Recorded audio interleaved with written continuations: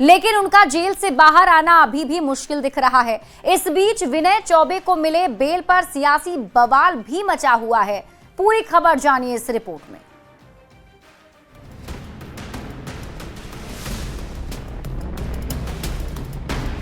IAS अधिकारी विनय चौबे को शराब घोटाले में बड़ी राहत मिली है। एसीबी कोर्ट ने शराब घोटाले में विनय चौबे को सशर्त जमानत दे दी है। शर्त यह है कि बेल पर रहने के दौरान राज्य के अगर वे बाहर जाएंगे तो कोर्ट को इसकी जानकारी देनी होगी। साथ ही मामले की ट्रायल के दौरान अपना मोबाइल नंबर भी नहीं बदलेंगे। एसीबी कोर्ट ने 25-25 हजार के 2 निजी बॉन्ड भरने की भी शर्त रखी है। इस पॉइंट पे कि चार्जशीट सबमिट होने का एक स्टैट्यूटरी पीरियड होता है 90 डेज का, जिन धाराओं पे यह मुकदमा दायर हुआ है उसके अनुरूप 90 दिन के अंदर चार्जशीट नहीं फाइल होने पे एक्यूज्ड का एक राइट होता है, वो राइट हमने अवेल करने का काम किया है और कोर्ट ने विनय चौबे जी को डिफॉल्ट बेल, उनके डिफॉल्ट बेल के एप्लीकेशन को अलाउ किया है आज। दरअसल विनय चौबे की गिरफ्तारी के 90 दिन बाद भी एसीबी ने चार्जशीट दाखिल नहीं की थी। शराब घोटाला में विनय चौबे को 20 मई को गिरफ्तार किया गया था। इस पूरे मामले पर बीजेपी ने सोची समझी साजिश का आरोप लगाया है।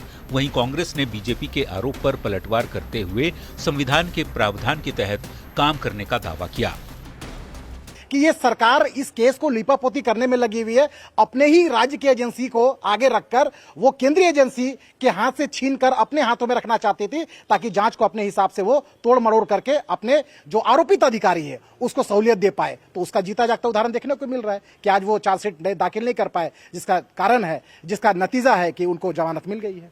न्याय संवैधानिक रूप से जो न्याय की प्रक्रिया है उसके तहत लोगों को जमानत देती है और विनय चौबे जी को भी न्यायिक प्रक्रिया के तहत जमानत मिली है। हमें लगता है कि बाबूलाल जी को अब थोड़ा धैर्य रखना चाहिए। एक बार बन गए थे ना मुख्यमंत्री। शराब घोटाले में राहत मिलने के बाद भी विनय चौबे का जेल से बाहर आना मुश्किल दिख रहा है। हजारीबाग के जमीन से जुड़े एक मामले में अभी वे आरोपी हैं। ऐसे में उन्हें मामले की जांच के लिए प्रोडक्शन वारंट पर ले जाया गया है। अभी विनय चौबे रिम्स के पेइंग वार्ड में भर्ती हैं, जहां कई बीमारी का इलाज भी चल रहा है। न्यूज़ 18 के लिए रांची से संजय कुमार सिन्हा के साथ गौरव झा की रिपोर्ट। झारखंड में एक्टिव गैंग्स के कुख्यातों के खिलाफ झारखंड एटीएस अब एक्शन मोड में है। कुख्यात अपराधियों के करीबियों की काली कमाई को अटैच करने की कवायद शुरू हो गई है। नोटिस जारी किया गया है और जो जवाब नहीं देंगे वे बच नहीं पाएंगे। पूरी खबर जानिए इस रिपोर्ट में। एक्शन मोड में झारखंड एटीएस, 10 कुख्यात गैंगस्टर पर कसा शिकंजा। अब नहीं छिप पाएगी काली कमाई, रडार पर आए करीबी और रिश्तेदार। अमन श्रीवास्तव, सुजीत सिन्हा, प्रिंस खान, डब्लू सिंह, मयंक सिंह और विकास तिवारी जैसे गैंगस्टर की अब खैर नहीं। करीब 10 बड़े आपराधिक संगठन के खिलाफ झारखंड एटीएस की चौतरफा कार्रवाई शुरू हो गई है।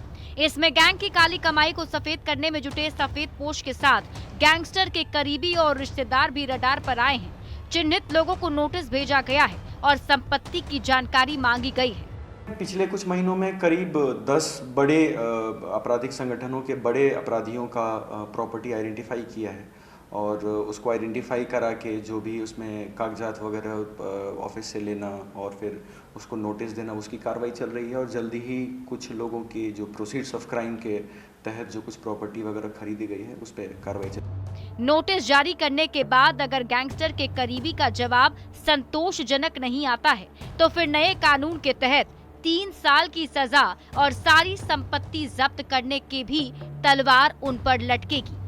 प्रोसीड्स ऑफ क्राइम्स अगर कोई प्रॉपर्टी खरीदी गई है उसको नोटिस देते हैं। अगर उसका जवाब, जिसके भी नाम पे ये प्रॉपर्टी है, अगर उसका जवाब संतुष्ट नहीं होता है तो फिर हम लोग कोर्ट में मूव करते हैं कि ये प्रोसीड्स ऑफ क्राइम में ये प्रॉपर्टी खरीदी गई है और इसीलिए इसको जब्त की जाए। वो प्रोसेस नए आपराधिक कानूनों में ये प्रोविजन है और इसका हम लोग भरपूर फायदा उठा रहे हैं एटीएस में। झारखंड में गैंगस्टर डराकर धमकाकर काली कमाई करते हैं और फिर उसे दूसरों के नाम पर निवेश कर सफेद कर देते हैं। गैंगस्टर अपने नाम पर नाम मात्र की संपत्ति रखते हैं, जिससे पकड़े जाने पर भी उनकी कमाई छिपी रह जाती है।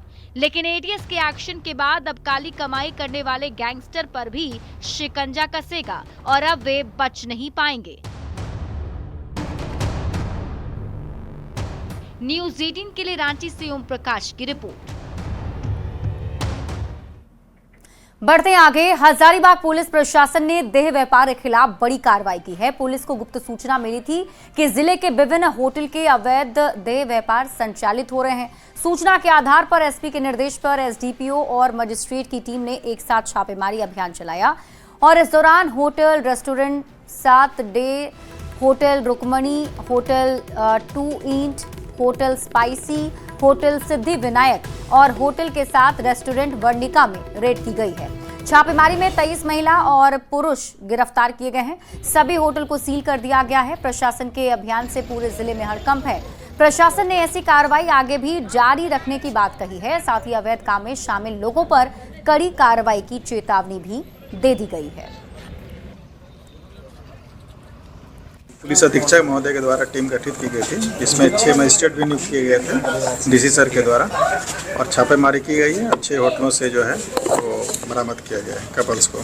कितने कम किया गया सर? 6 होटल। छोटे से कितने लोग आरोपी सर उसमें? अभी 23 लोग हैं। 23 सर, आने वाले समय में भी किस तरह का ऑप्शन चलता रहेगा? हाँ, ये चलता रहेगा सर। ये कहाँ के लोग थे?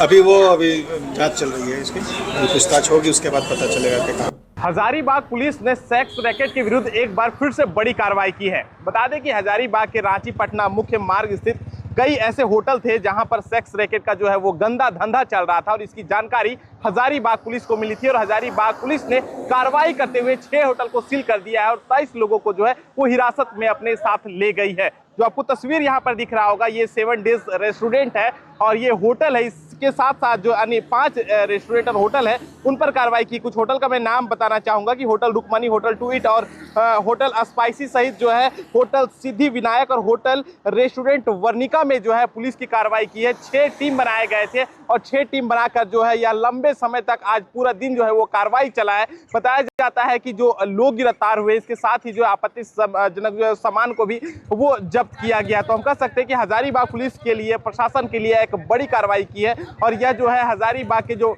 पुलिस अधीक्षक है उनके निर्देश पर किया गया है। बता दें कि जो कार्रवाई चल रही थी उसमें हजारीबाग के एसडीओ वो खुद मौजूद थे और उन्होंने जो है पूरे या जो कार्रवाई लगातार चल रही थी इस पर जो है निगरानी जो है वो बनाए हुए। तो हम कह सकते हैं कि यह एक बड़े मामला का खुलासा हुआ है। तो कहीं ना कहीं जो है सेक्स रैकेट का जो धंधा हजारीबाग में चल रहा था, अब इसमें जो है कमी जरूर देखने को मिलेगी। सुशांत सोनी, न्यूज 18 हजारीबाग।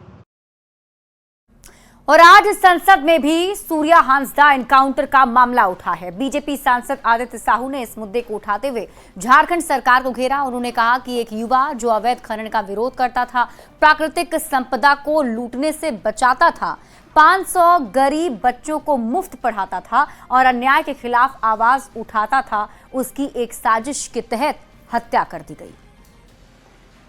तो सूर्या हांसदा एनकाउंटर मामले को आज संसद में उठाया गया है। सांसद आदित्य साहू ने इस मामले को उठाते हुए कई सवाल सरकार से पूछे हैं। उनका कहना है कि सूर्या हांसदा गरीबों के लिए काम करता था, फिर भी एनकाउंटर कर दिया गया। सूर्या हांसदा जो ऐसे अवैध खुदानों का विरोध किया करता था, अवैध कारोबारियों का विरोध किया करता था, जो हमारी प्राकृतिक संपदाएं थी, जो कोयला है उसको लूट से बचाने का आंदोलन करता था, 500 बच्चों को, गरीब बच्चों को शिक्षा देने का काम करता था। लेकिन जो अवैध कोयला खदान चलाते थे, अवैध कारोबार करते थे, वैसे लोगों को बर्दाश्त नहीं हो रहा था। वहां के प्रशासनिक पदाधिकारियों को मिलीभगत से मुठभेड़ दिखा करके वहां पर उसका गोलियों से छलनी कर दिया जाता, उसकी हत्या कर दी जाती है।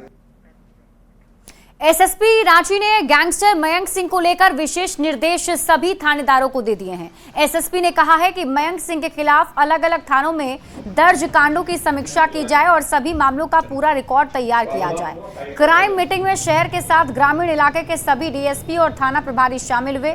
बता दें कि अजरबैजान से प्रत्यर्पण संधि के तहत 23 अगस्त को कुख्यात गैंगस्टर मयंक सिंह को भारत लाया जा रहा है। एसएसपी ने सभी थाना प्रभारी को अपराधियों की प्रोफाइल तैयार करने और उसकी नियमित समीक्षा कर जल्द एक्शन के निर्देश दिए हैं। बैठक में ट्रैफिक पुलिस को भी कार में शीशे पर ब्लैक फिल्म लगाए जाने के खिलाफ सख्त कार्रवाई की हिदायत दी गई है। मीटिंग जो है मुख्यतः जो है आपराधिक गिरोह का प्रोफाइलिंग करने और उस पर कार्रवाई की योजना बनाने के लिए बुलाया गया। उस पर लेकर निर्देश दिए गए हैं। विभिन्न गिरोहों की सूची तैयार कर थाना प्रभारियों को दी गई है हमारे एसीबी शाखा से, और उन्हें अग्रतर कार्रवाई के लिए कार्य योजना बनाने का निर्देश दिया गया है। साथ ही एक अपराधी जो विदेश से लाया जा रहा है, उस पर क्या कांड है रांची जिले में, उसकी भी समीक्षा करने का निर्देश दिया गया है। माननीय उच्च न्यायालय के द्वारा कतिपय निर्देश दिए गए थे, जैसे कि ब्लैक फिल्म जिसने भी वाहन में लगा हो उस पर कार्रवाई करने के लिए उसे उखड़वाना और उस पर फाइन करना, तो उन सब पर भी निर्देश दिया गया ताकि कहीं पर भी कोई पूरे शहर में कोई गाड़ी ब्लैक फिल्म लगी हुई न दिखे। और फिलहाल वक्त है एक छोटे